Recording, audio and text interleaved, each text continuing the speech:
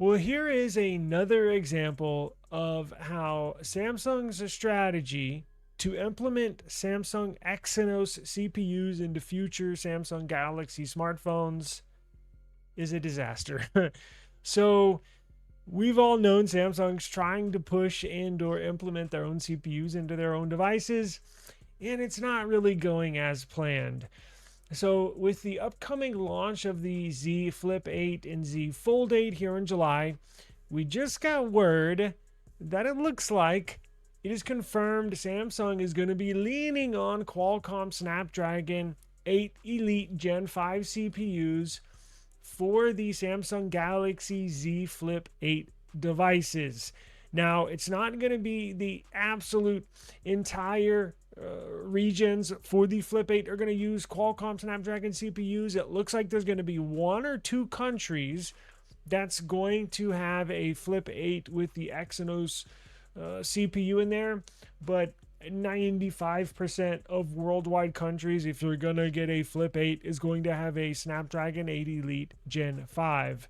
So the price per unit of an Exynos 2600 CPU is $270 per chip. Just an insane price tag for that CPU. While Qualcomm Snapdragon 8 Elite Gen 5 is only $230 per unit. Now, we know Samsung doesn't sell as many Flip series devices as, let's say, the Ultra or S26 Ultra. But even if they sell 3 or 4 million Flip 8s, that totals a few $100 million in savings. Samsung can go with Qualcomm over their own Exynos CPUs. I did a video yesterday in regards to how Qualcomm is strong arming Samsung into using their own chips. Now, it's actually a really brilliant strategy. It's along the lines of providing something to Samsung cheaper than what they can make it for. And we all know Samsung Mobile, they're struggling, right? As far as revenue, profits, and stuff like that. Well, Qualcomm is essentially making it a no brainer for Samsung to choose Qualcomm chips over Exynos chips. Qualcomm is essentially saying, well, we don't want to lose our biggest customer, so would you rather have a reduced revenue stream from your number one consumer or no revenue stream?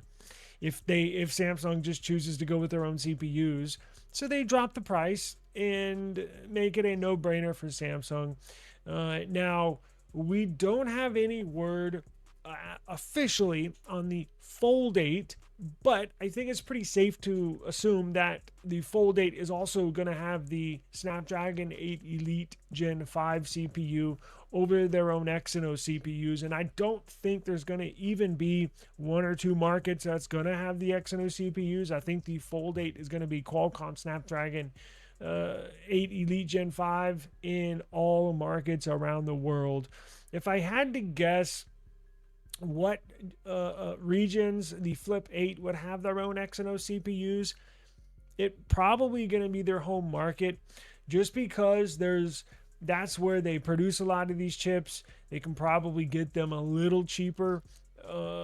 As far as when you export them, there's some duties involved, there's some taxes that are involved, import duties, import taxes to other countries if they're going to sell those devices with Exynos CPUs in them around the world. So I can see probably South Korea being one. Now, what other country is going to get the Exynos CPU? I have no idea.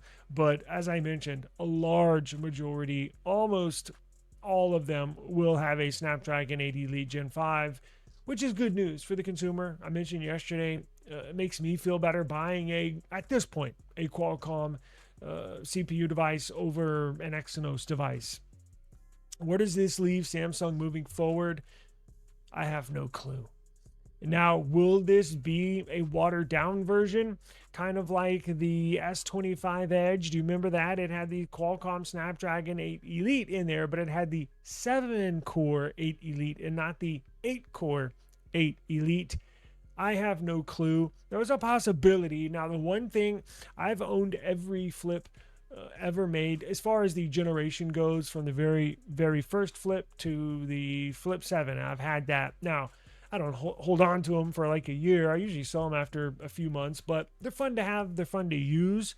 However, if you've owned a flip, you know that they can get hot. The CPU is on the top half of the phone where it folds, along with the inner display and outer display. So it typically gets a little warm on the flips. If you've had one, you know what I'm talking about. And the only concern I have on the Flip 8 with the 8 Elite Gen 5 is it getting a little toasty on the top half. Like, well, why don't they put it on the bottom half? Well, the bottom half is essentially filled with the battery, right? The phone's cut in half, it folds, so you can't put everything in there like a traditional phone. You're gonna have to break them up. Maybe they'll surprise us. Maybe they've redesigned the internals. We'll just have to wait and see. But I wouldn't be surprised if they get a 7-core a Snapdragon 8 Elite Gen 5. I looked around on Qualcomm's website across the internet. I have not seen a specific 7-core model for the 8 Elite Gen 5. If you look at the S25 Edge, their CPU, it has the same model number with a slight variation on the end. And I did not see that variation on the end of any Snapdragon 8 Elite Gen 5 model numbers across the internet. So it looks like they're going to go 8-core. Now, it doesn't get as hot because it is sitting on a smaller node. It is on a 3 nanometer node. So it is a little more efficient than the 8 Elite.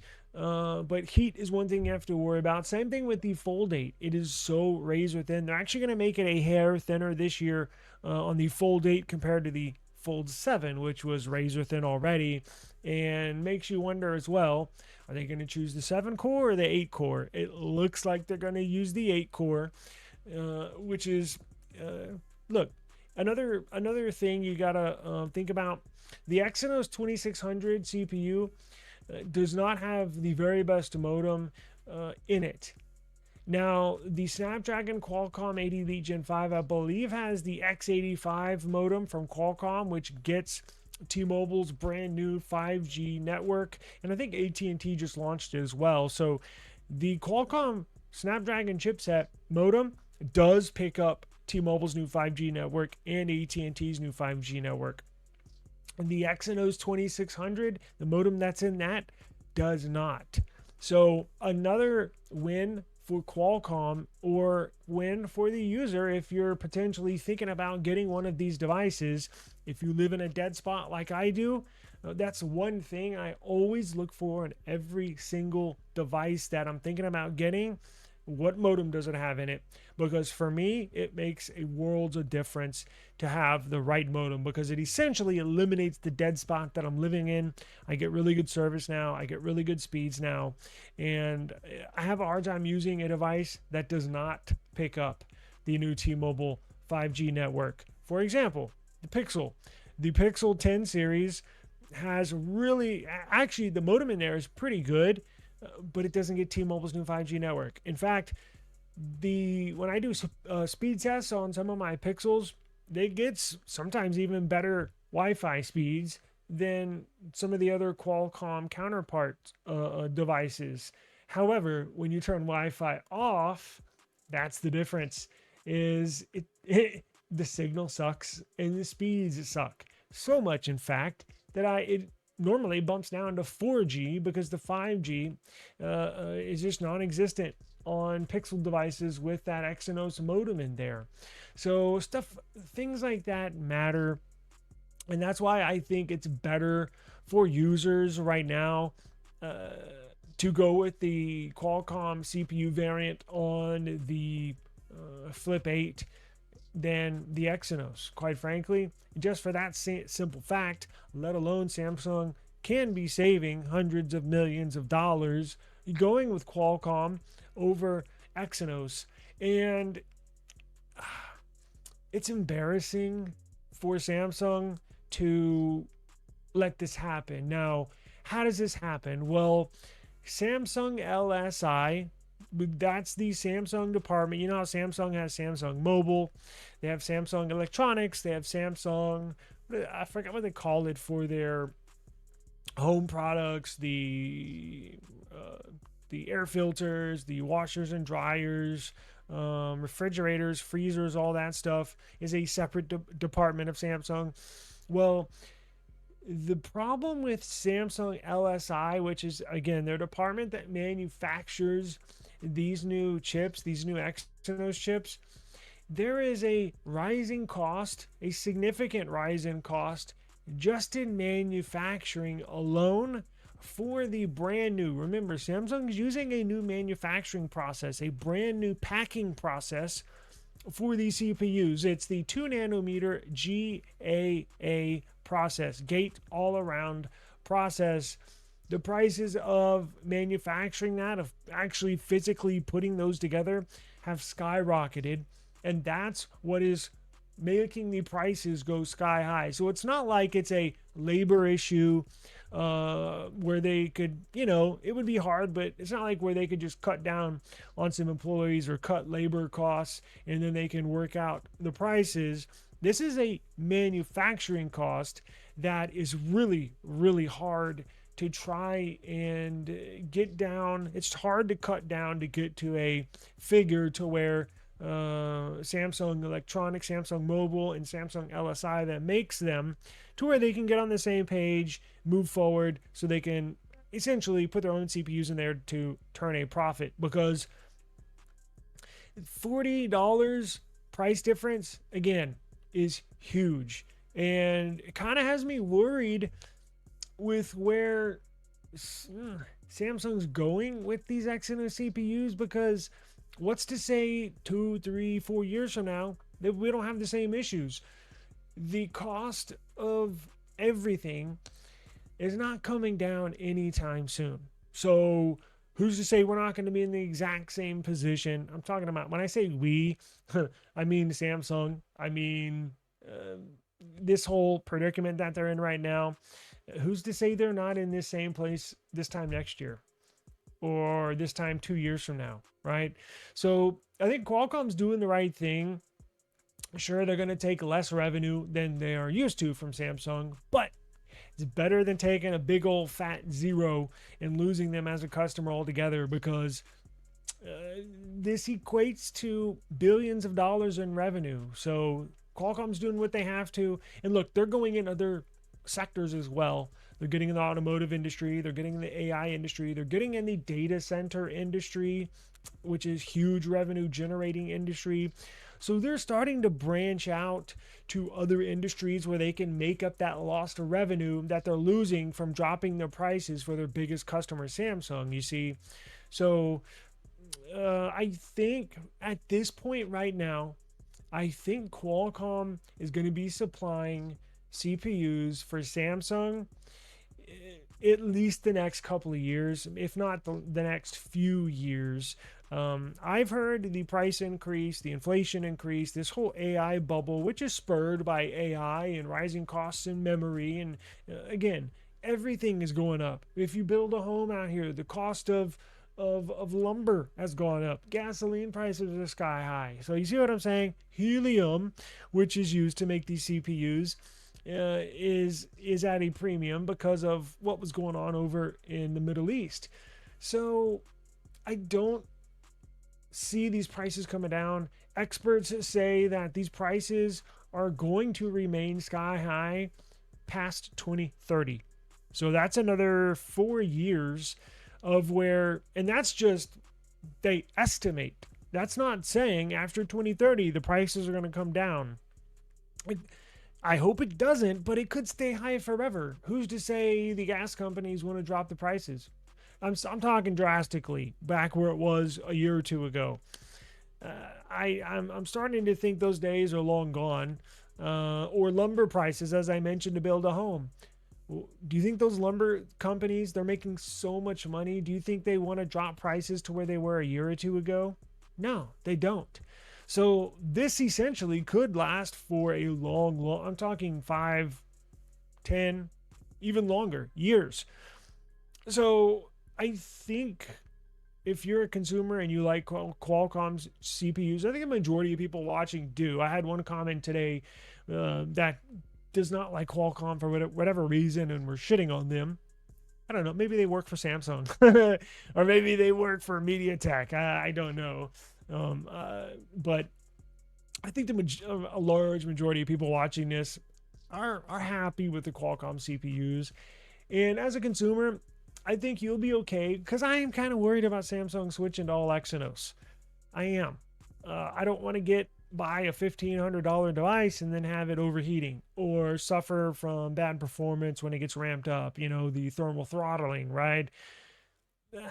I don't know. I think eventually, as I've mentioned before, I think eventually Samsung will move to Exynos. But at this point, all right, originally a few days ago, I was thinking, it'll be a few years. But as we sit right now, today, maybe 5 years, maybe 10 years before they make the switch. Now, I think 10 years is stretching it.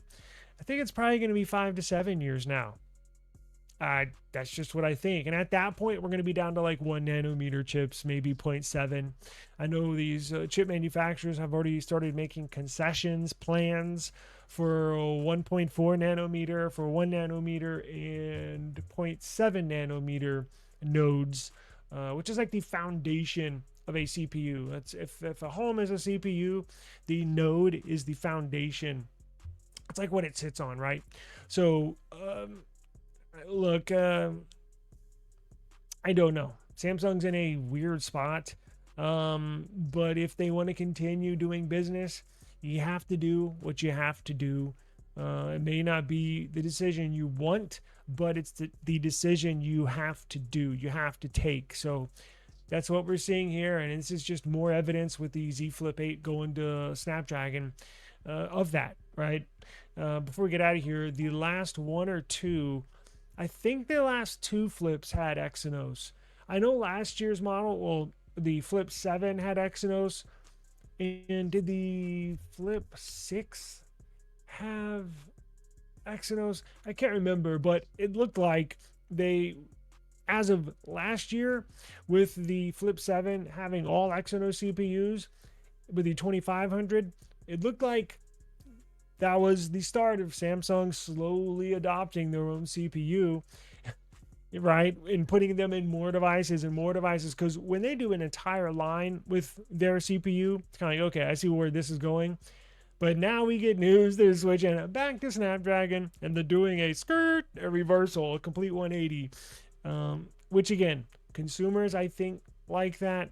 And for Samsung, it'll save them hundreds of millions of dollars. So if you plan on getting a Flip 8 or a Fold 8, make sure you subscribe to the eSIM Studios YouTube channel. I'm going to keep everybody up to date with kind of what's going on with these devices, what's going on behind the scenes. There's definitely more than meets the eye. And I kind of like looking into this stuff and, pulling back the curtain for you guys to kind of see what's going on behind the scenes. So I do appreciate the time. Subscribe to the channel, and I'll see you on the next one.